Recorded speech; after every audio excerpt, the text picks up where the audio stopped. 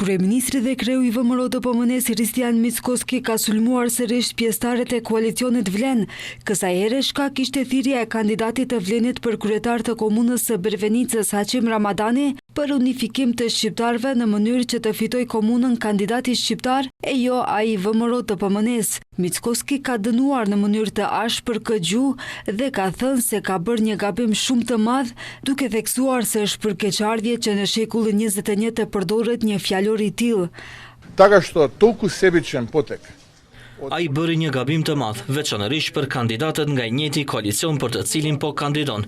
Imagjinoni çfarë do ndodh tani në Tetov, Strug, Dibër dhe disa komuna të tjera.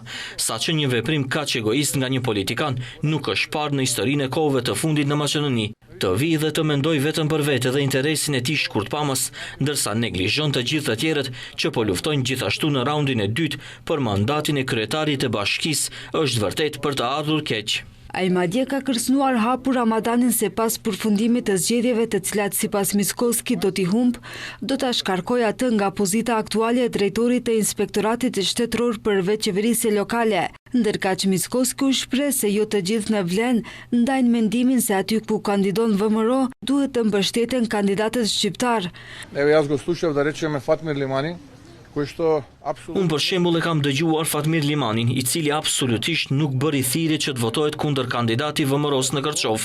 Kjo është e para. E dyta, koalicioni Vlen dërgoi kumtesë se nuk e mbështet Fatmir Deharin si kandidat për kryetar komune në Kërçov dhe të tentojë edhe tash të bëhet kryetar komune.